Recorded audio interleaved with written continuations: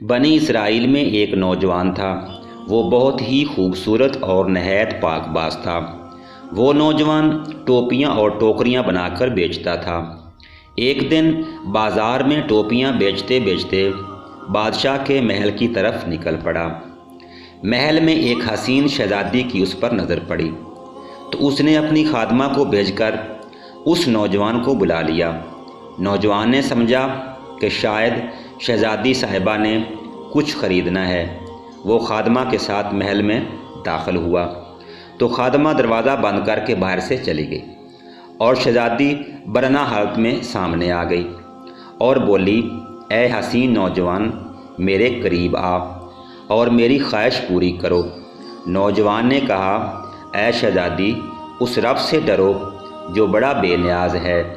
شہزادی نہ مانی اور دھمکی دینے لگ پڑی، اگر تو نے میری تسکین پوری نہ کی تو میں بادشاہ سلامت کے پاس شور مچاتی اسی حالت میں جاؤں گی اور کہوں گی اس نوجوان نے میری عزت زبردستی لوٹنے کی کوشش کی ہے۔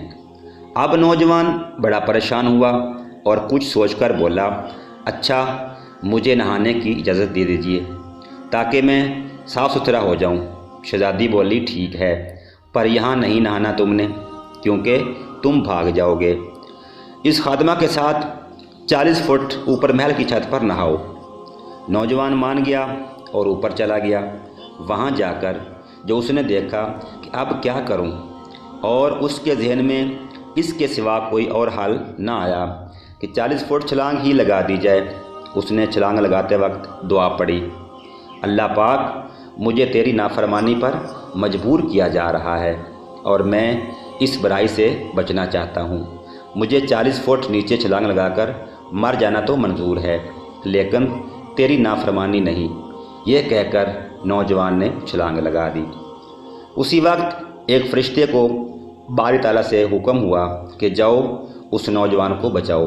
فرشتے نے نوجوان کو اپنے پروں میں سما لیا اور آرام سے نیچے اتار لیا۔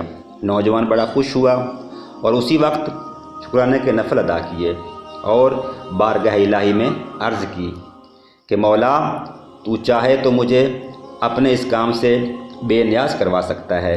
اے رب، مجھے تو کچھ عنایت کر تاکہ میں آرام سے بیٹھ کر کھا بھی سکوں اور پھر عبادت بھی کر سکوں۔ اس کی درخواست قبول ہوئی اور وہی فرشتہ جس نے اسے بچایا ایک سونے کی بھری بوری لا دی۔ عظیم نوجوان نے سجدہ شکر ادا کیا اور بولا، اے میرے پروردگار، یہ سونا اسی رزق کا حصہ ہے جو مجھے دنیا میں ملنا تھا، تو اس میں برکت فرما۔ اگر یہ اس کا حصہ ہے تو مجھے آخرت میں ملنا ہے اور اس کی وجہ سے میرے آخرت کے اجر میں کمی ہوگی، تو مجھے یہ دولت نہیں چاہیے۔ نوجوان کو ایک غائبانہ آواز آئی، یہ جو سونا تجھے عطا کیا گیا ہے اس صبر کا 17واں حصہ ہے جو تو نے اس گناہ سے بچنے کے لیے کیا ہے۔ اس نوجوان نے کہا، اے میرے مالک، مجھے ایسے خزانے کی حاجت نہیں جو آخرت میں میرے اجر میں کمی کا باعث بنے۔ چنانچہ نوجوان نے جب یہ بات کہی تو سارا سونا اسی وقت غائب ہو گیا۔ جزاک اللہ۔